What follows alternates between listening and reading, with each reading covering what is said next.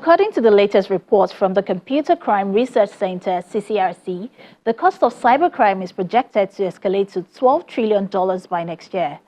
This alarming increase is driven in part by a surge in AI-enabled attacks and a 910% rise in monthly domain registrations, specifically aimed at mimicking ChatGPT. As Nigeria remains one of the top global hotspots for cybercrime, understanding these emerging threats and the measures needed to counter them is more crucial than ever. Philip Aiweko, the Chief Information Security Officer and Data Protection Officer, NPF Microfinance Bank, joins me to discuss this further.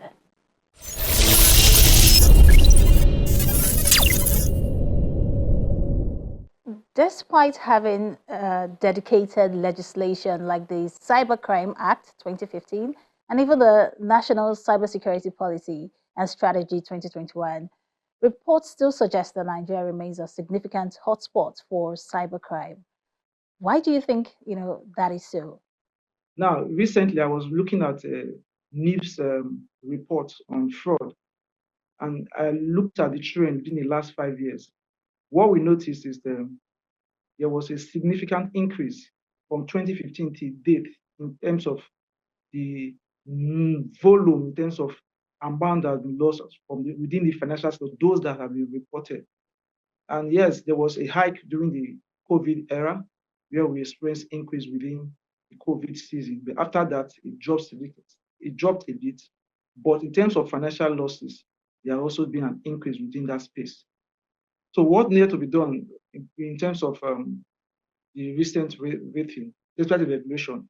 The regulation itself needs a lot of updates in terms of now we now have AI, and as at the point where those regulations were done, I'm not sure things around AI were put into context.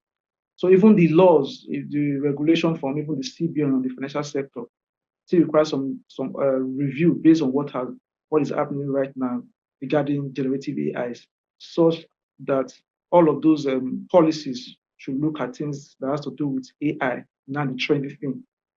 Then, if the regulation itself, I would say, in terms of enforcement, I would say there's still a gap in enforcement of the regulation. And even the penalty, if you look at the fine, for example, I was just going through the regulation a few hours ago, I saw so many things around.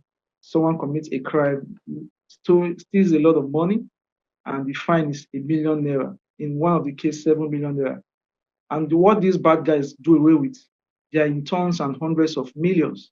So if you are saying someone should pay a fine of 7 million for a crime for stealing 250 million, then it makes the business very lucrative for such person. So these are the things that need to be looked around within the regulation, such that some part of the regulation needs to be reviewed. If you are found guilty, for example, you are not just going to pay the fine or probably be jailed. There should be provision for making for such individual to refund the total amount that have been stolen or that have been lost as a result of such acts. So those amendments need to come into the regulation. I know the CBN has done a whole lot of work for the financial sector in terms of the deposit money banks and other financial institutions. Aside that, we don't have any regulation that looks at what other sector of the economy does in terms of cyber security. This is a critical aspect. And if you look at those sectors, for example, outside the financial sector, they contribute a very great chunk in terms of the economic system, in terms of our ecosystem in Nigeria. Well, Philip, you're certainly right about us, updating our regulations, because it's no news that the cyber threat landscape is constantly changing as cyber criminals keep coming up with more sophisticated threats. And, some of those changes we need to reflect in our regulation, which is according to a report described as the first ever World Cybercrime Index by researchers from the University of Oxford and the University of New South Wales, Canberra.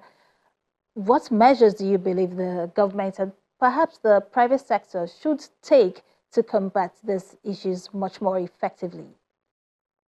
Yeah, thank you very much. When I looked at that rating, and I did a comparison with the NIP's fraud report for 2023, we saw a total financial loss of over attempted cases 19 point something billion, while the successful one were about 17.2 billion. And I look at the kind of the method being used by the hackers, I discovered that social engineering contributes about 70% of such attack. So what are these proactive steps the government can take in addressing this? One, the need for awareness. Awareness is very critical. Now we need to take cybersecurity awareness down to the grassroots. Why am I saying that? When I also do the comparison with the analysis in terms of the age gap that are syndicate to all of these that are people who are affected by all of these cyber attacks, I discovered that the age gap is between, for those age gap between 5 to 19 is less than 6%. Those 45 and above have well over 60%.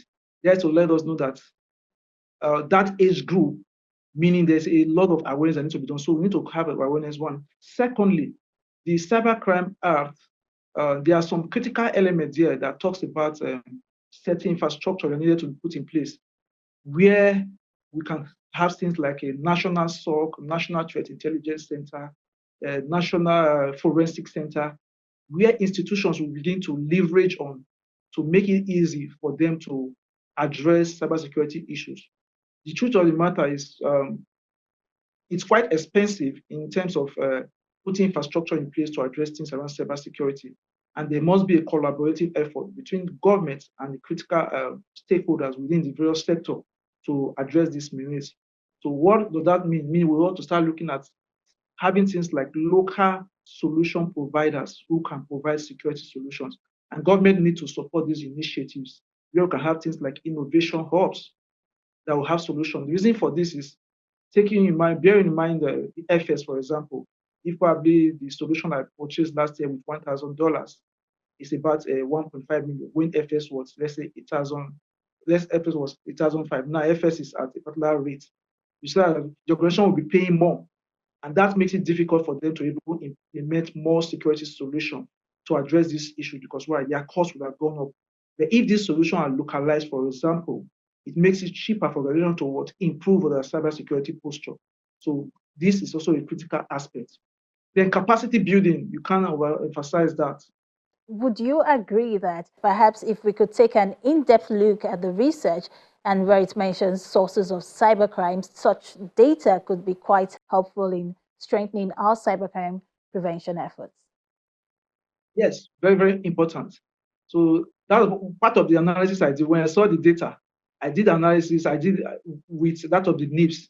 And I also discovered that some of the fraud cases that, based on what reported from NIPS 2023, we also noticed that some of these cases were coming from countries like US, which was ranked #1 in that global index.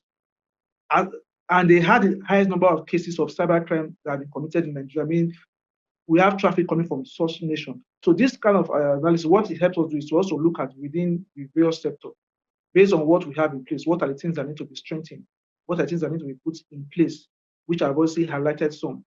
And these are just the basis of what should be done.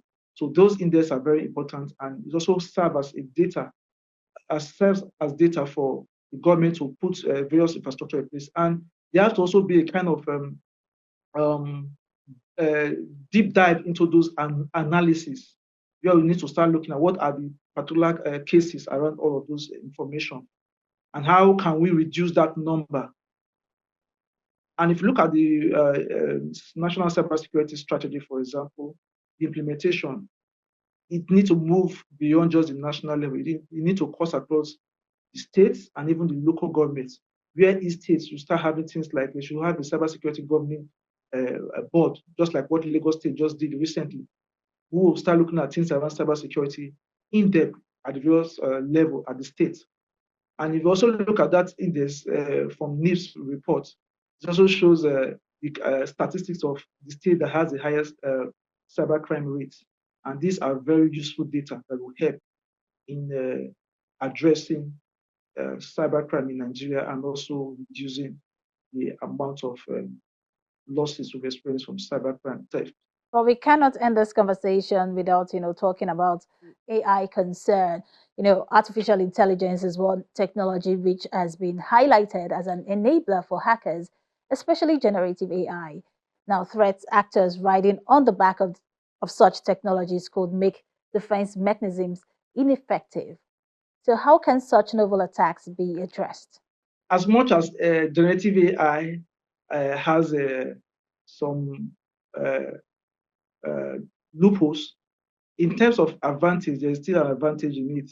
So one of the things that need to be done is, firstly, security solutions need to start leveraging AI in mitigating threats. Two, there has to also be a kind of policy around the usage of AI within the various institutions. So that is some of the proactive steps we have also done. Try to say, okay, based on what is happening around AI, we need to have a policy around. That's the reason why I said the regulations of those strategy that was implemented years back need to be reviewed. So that concerns around AI should be put into consideration. Yeah, AI, like you mentioned, yes, it makes it easy for the bad guys, but it's also in terms of learning, there's also the good side of it. And it also makes security operation uh, much easier and also has a risk. So in using that, you have to look at the risk implication of AI and how it affects the various aspects, such that the disadvantage does not outweigh the advantage of using such technology. Well, thank you so much, Philip, for sharing your thoughts with us on tech trends. It was such a pleasure having you.